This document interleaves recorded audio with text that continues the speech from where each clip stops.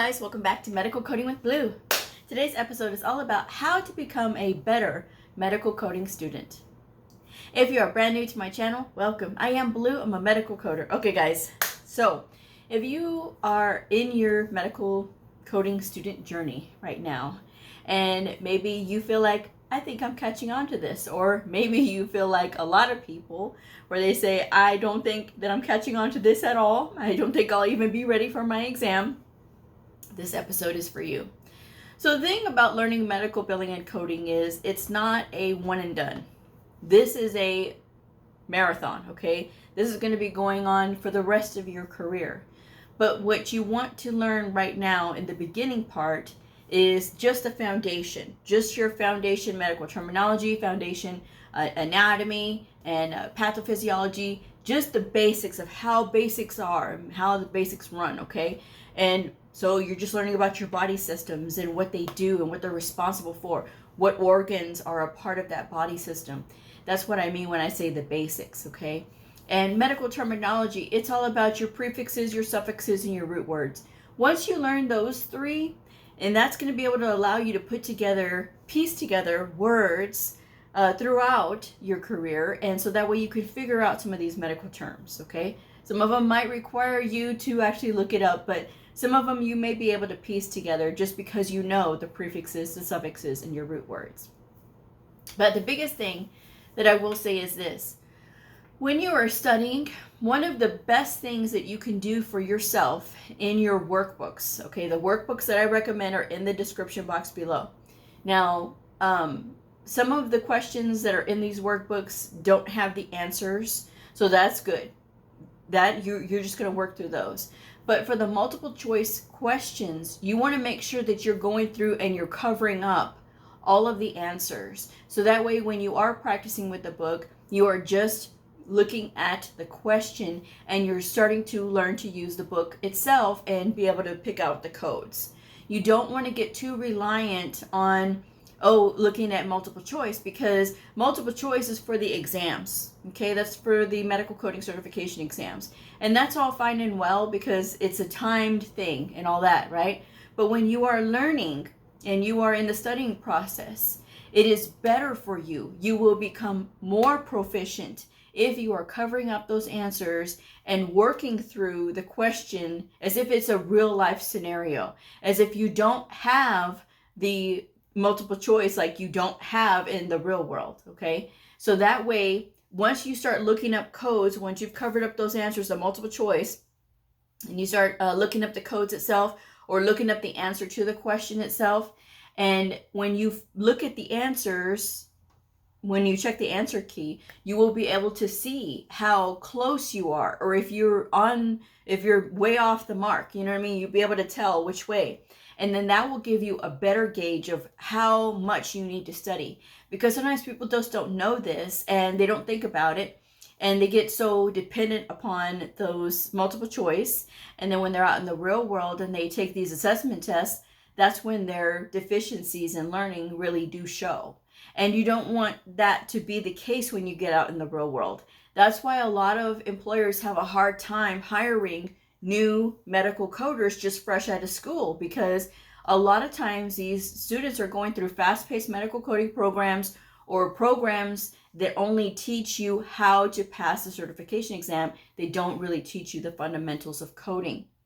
Now on my channel, we talk about the fundamentals of coding all the time, and I tell y'all how to study. I tell y'all, this is what you got to do. This is how you got to break it down.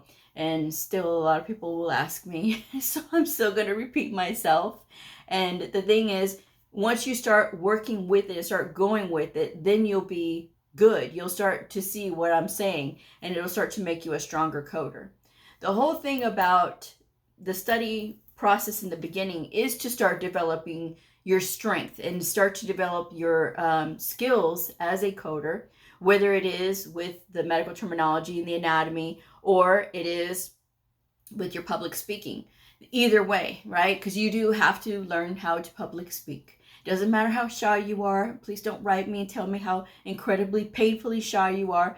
I am a shy person myself, but not when it comes to medical coding. When it comes to this, all of that just flies away because I love what I do. Okay. And if you love what you do, you never work a day in your life. And that's the way I feel when I speak about it.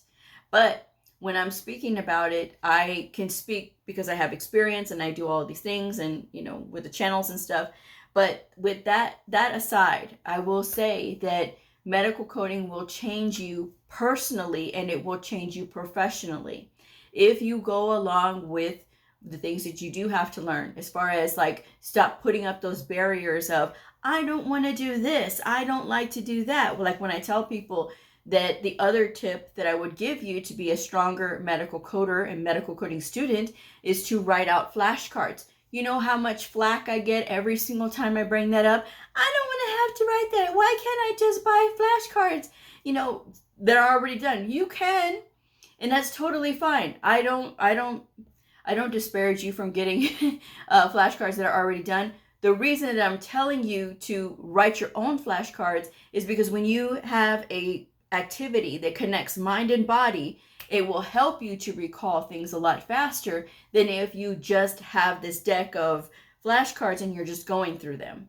Incorporating yourself into it by handwriting it out is going to help you. This is an old-fashioned way of study, yes, but it has not failed me, and it has not failed those who have listened to me.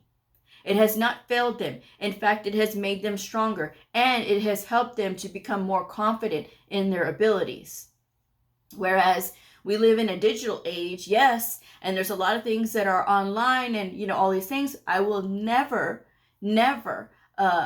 recommend apps. People ask me all the time, well, what's an app? What's an app? You can look up those apps. I don't look up apps. I don't have none of those apps on my phone.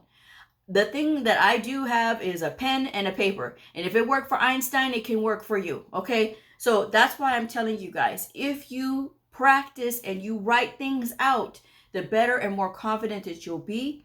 You will not have this, oh, I'm so nervous. I'm a nervous test taker.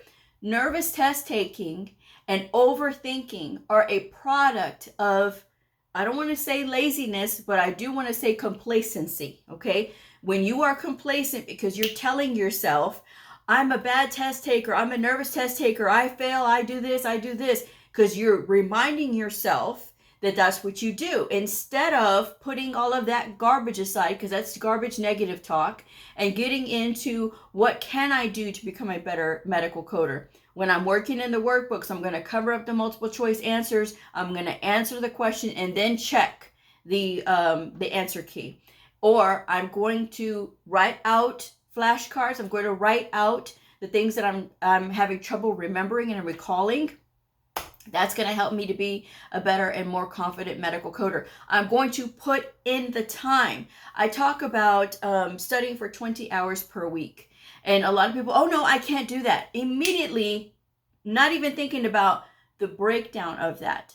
3.5 hours per day for 5 days a week gets you to 17.5 hours, and then all you have is 2.5 hours on a Saturday or Sunday, and you've got your 20 hours for the week.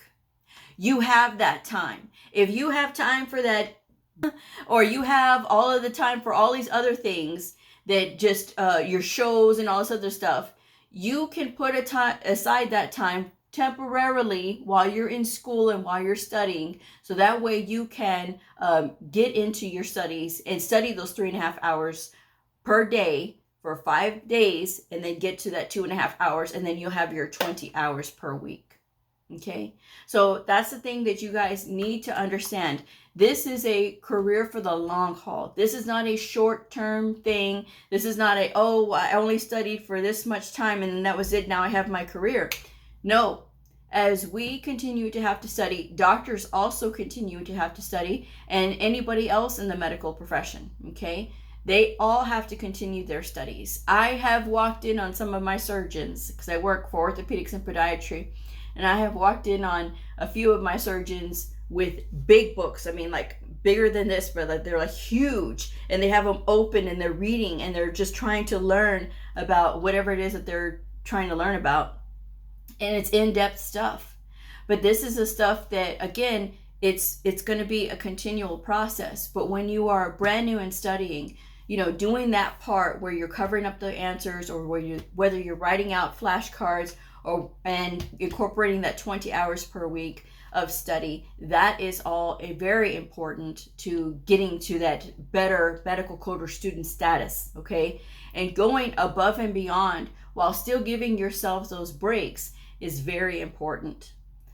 I talk about when I was learning evaluation and management in the school that I went to for coding, they only told us to only study certain things in this E&M book that they gave us. That book is way out of date. Please do not ask me for that title because it's way out of date.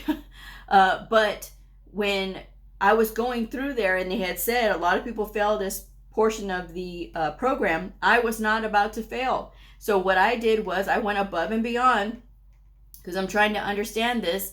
I read that book from cover to cover, and that helped me to solidify my knowledge in E&M, and I was able to pass on the very first try. And that is possible for you to do as well, as long as you work through the workbooks, you work through these manuals that you get, you open up the coding books, and stay away from the tabbing. Now, I always say this and people get upset with me. They leave a little thumb down. The joke's on you, because even when you do put a thumbs down, YouTube pushes my content out so that way even more people can see it. So thanks anyway. But the thing about it is, when you put those tabs on your book, that is going to tear your pages. No one should have a ratty book when they are a brand new coder, because if you trust your book, if you learn to trust your book, which you should, because these books are written by doctors and scholars, it does not need you to tab the book. It does not need you to write, highlight, or do those stupid circles, because yes, it is stupid. If you have to circle because you can't see an indentation, there's a problem. Guys, this is the thing. On my channel, I'm going to be very straightforward and blunt with you, because there's a lot of training wheels that are unnecessary, that perpetuate that mindset of, oh, I can't do this, I'm so nervous, I'm gonna do all these circles and I'm gonna do these highlights because it's gonna help me, and I'm gonna write all these notes. Writing so many notes in your book that it's practically covering the page and you can't even see the codes, because I've seen some of them. People are so proud to post those all over the internet. I'm thinking, why? A doctor and a scholar wrote this book. Doctors and scholars write these coding manuals, the ICD-10-CM, CPT, and HCPCS, ICD-10 PCS. They write these manuals and they know what needs to be there. You just need to learn to trust the book. This is why I have always said too, that you want to make sure that you take every single book, either the 3 manuals that you need, ICD-10-CM, CPT, and HCPCS, or ICD-10-CM, ICD-10 PCS, the HCPCS, and the CPT book, and you sit down one by one and you open that book and you look at all of the pages. You do not have to read everything, but what you do need to do is get familiar with where everything is at, because sometimes when people get into these test rooms, or when they're taking their test, they panic and they say, well, I didn't remember where the stuff was. But if you had been incorporating these tips that I've been saying, like looking through the entire manual, you would be able to recall that a lot easier than the person who is wasting time tabbing the books, writing, highlighting, circling, doing all these things, except for using the book for what it's designed for, which is looking up codes. And depending on the book that you do have, sometimes certain publishers are better than others. To me, I love Optum. Optum is the number one to me when it comes to these coding manuals. The ICD-10-CM, I like their Expert for Physicians edition. There is Expert for Hospitals, guys. It has different things in it, but Expert for Physicians is the one that I use, and I like it. Please do not ask me what is the difference, because I've already explained what the difference is between the Expert for Physicians and Expert for Hospitals. But I do like their breakdown, and I have demonstrated several times on my channel about like what it has in it, which is those examples at the beginning of every single chapter about demonstrating how to use the codes for that particular section. And when you look at those, again, it has the question, it has the answers, and has the rationale. You can cover up those answers. You can work through that. That could be another workbook for you as far as like questions and things, so that you can cover up those answers. You can work through that and you can see how close you are. And again, seeing if you are really close or if you are not close, then you know, okay, well, I'm missing this, or I seem to have a problem with sequencing. Let me refer back to the guidelines, because the guidelines does talk about the sequencing. It does talk about specific chapters. Every single chapter has something in the guidelines. There's very few of them that do not, but they do have directions in the guidelines about the coding. And a lot of times when I talk to students and they say, well, I'm really confused about this, and I'm thinking that's a thing that's in the guidelines. So that's another thing, is that you have to incorporate reading the coding guidelines, or you can listen to them. Now, I have talked about listening to the guidelines before, and I've instructed on how to do it. And then I got a lot of people being fresh and saying, oh, it's too monotone. It puts me to sleep and blah, blah, blah. Okay, well then, ungrateful, then I'm not going to explain it anymore. I'm not. But what I will tell you is that it is possible to listen to the guidelines, okay? So either listen to them or read them. If you listen to them, that's okay. That's still incorporating some study time. But reading them is going to help you to become a faster reader, which is very important, especially when you go to take your medical coding certification exams. Everything that I'm telling you guys is for your own good. It is for you to become stronger so that you're not so dependent on, all of these other things, as far as like tabs and as far as like all of these notes that you're not going to have any time to read during the test. Okay. The test is a timed test. AAPC in their medical coding certification exams, 2 minutes, 40 seconds per question. AHEMA is now 2 minutes, 20 seconds per question on their medical coding certification exams. Okay, it's roughly about what they do have. So that's just something that you ought to know. I mean, that's something that's designed to help you. But getting that time in and practicing with your workbooks and practicing with your coding manuals and covering up the answers and then revealing the answers to yourself when you've answered, and then seeing where are you getting it wrong. Are you completely off the mark when it comes to which section are you going to? Are you completely off the mark on the 7th digit character? What is the problem? So that way you can kind of nail down what is it that you need to do. Okay, so that's my advice there, guys. Learning medical coding is very intense, but it's also very basic. And sometimes people will try to overcomplicate things and make it even harder for themselves. They want to try to study too long a time at a time. You should not be studying for more than 1 hour at a time. A minimum of 30 minutes, a maximum of 1 hour at a time. And then you could take a break, whether it is a 10-minute break or a 30-minute break or 1 hour break. It still needs to be a break in between. Studying for longer than that doesn't make you a superhero. All it's doing is burning you out. Okay, you may get away with it a few times. Oh, I was able to study for long hours. That's great. But then all of a sudden, when you start feeling yourself get tired or stuff starts to not make sense after a while, then you're going to start panicking. Then you're going to think about what I just said. You need to take breaks. There's no excuse. Set the timer on your phone. Everybody's got a phone. Everybody's got a timer. Set a timer so that way you don't go past that.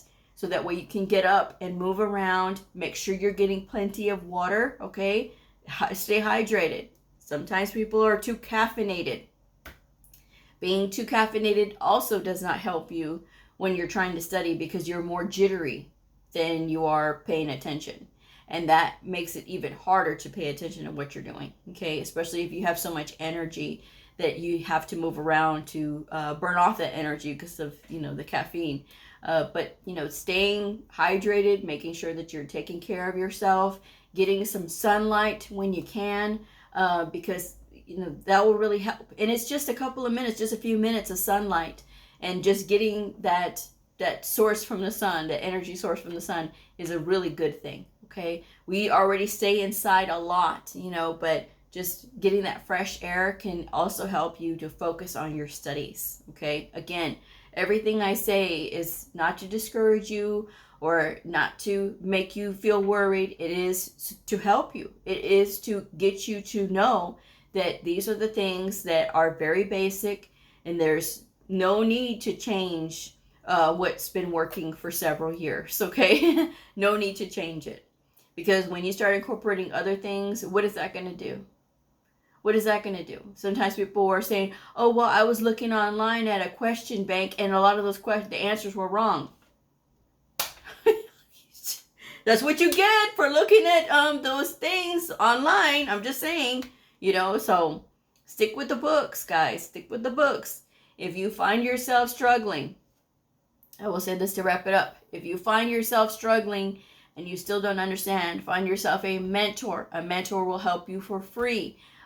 Or if you can't find a mentor to help you that will spend the time with you because they're working for free basically, the tutors will be able to help you. Okay, tutors that is dedicated one-on-one time, and when you do that, you'll have to pay for a tutor, but sometimes it's what is needed to help you to understand. Sometimes the instructor in the school is not always patient enough to help the student. Because sometimes they're just there to just proctor from a book because they're trying to collect a check and go home. Okay, not every instructor who teaches medical coding is really into it. Okay, sometimes they just do it because that's all they could find, or they just couldn't keep up with productivity, or it's been years since they've been a coder. There's just a bunch of different reasons. Okay, but sometimes a tutor won't hurt as far as like helping you to learn and get back on track. Okay, there's a lot of them that can be found on LinkedIn. I am a tutor myself. My rate and contact information is in the description box below. So with that said, I'm going to go ahead and wrap this one up, but that is my advice. Very simple, very straightforward. Covering up those answers so that you can work through, so that you're not depending on multiple choice. And then imagine that if you are working and not having multiple choice the whole time that you're a student, and you're getting so strong that you're looking up codes on your own and you're able to find the correct answers, and then you go in to go take that test, there is no more confident person than a person who's already been coding, practicing their coding, and then taking the test. And then imagine how fast you go and get done with your test because you already know what to look for, what to catch, and then you see those multiple choice answers when you're in the test, and you're like, oh yeah, okay, I know exactly where I need to go. I know exactly what I need to code. I'm just saying. So with that said, I'm gonna go ahead and wrap this one up. Thank you guys so much for joining me. If this video helped you, please like, subscribe, and share, and I will see y'all next time. Bye.